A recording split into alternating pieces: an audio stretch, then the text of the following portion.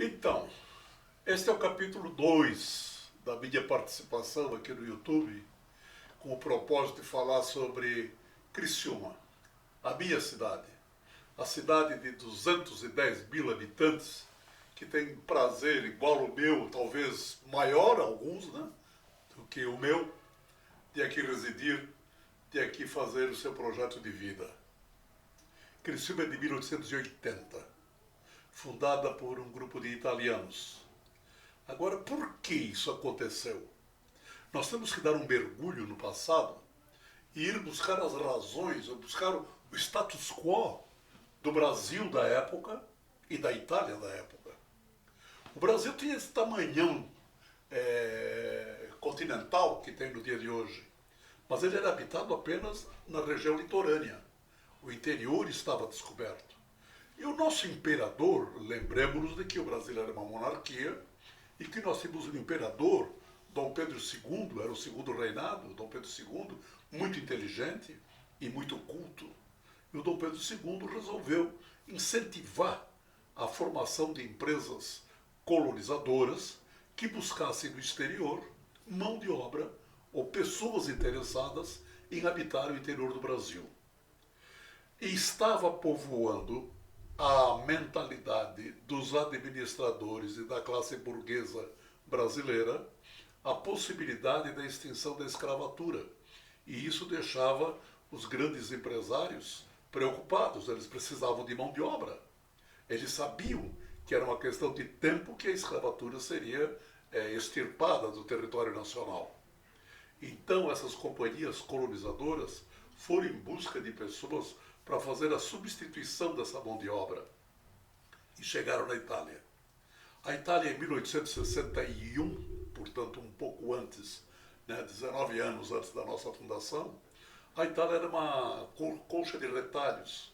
Ali, aquela bota, aquele país, bota, parece uma bota que entra no Mediterrâneo, ali era todo subdividido em pequenas republiquetas, em pequenos principados, todos independentes, tinham o seu governo, a sua bandeira, a sua língua, o seu costume, etc. e tal, e donos do seu próprio nariz.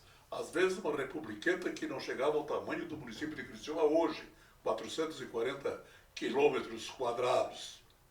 Enfim, em 1861 a Itália foi reunificada. Mas isso não quer dizer que a luta de reunificação não deixou cicatrizes. Algumas regiões evoluíram muito com a reunificação e outras nem tanto.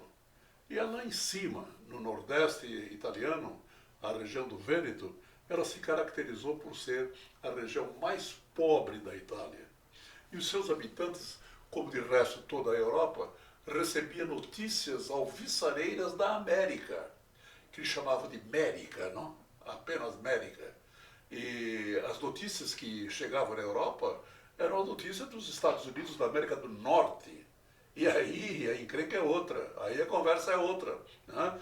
Realmente as notícias vindas da América do Norte não poderiam ser diferentes das que hoje a Europa recebe ainda, ou que continua recebendo, país extremamente desenvolvido. E eles queriam realmente participar desse progresso, desse processo de desenvolvimento que estava acontecendo na América. E a propaganda das empresas colonizadoras brasileiras chegou na Itália, como chegou em outros países da Europa, e recebeu boa aceitação. Os italianos, costumeiramente católicos apostólicos romanos, aos domingos se reuniam para ir à missa e depois da missa eles se encontravam aí no pátio da igreja e conversavam sobre assuntos diversos. Mas agora o assunto predominante era vamos emigrar, vamos embora, vamos para a América. Né?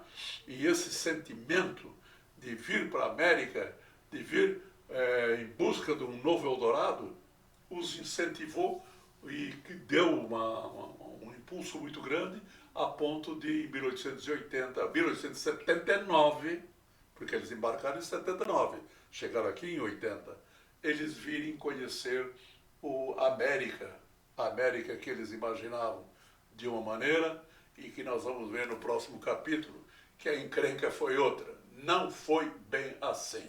Então, até o próximo e um abraço do meu tamanho.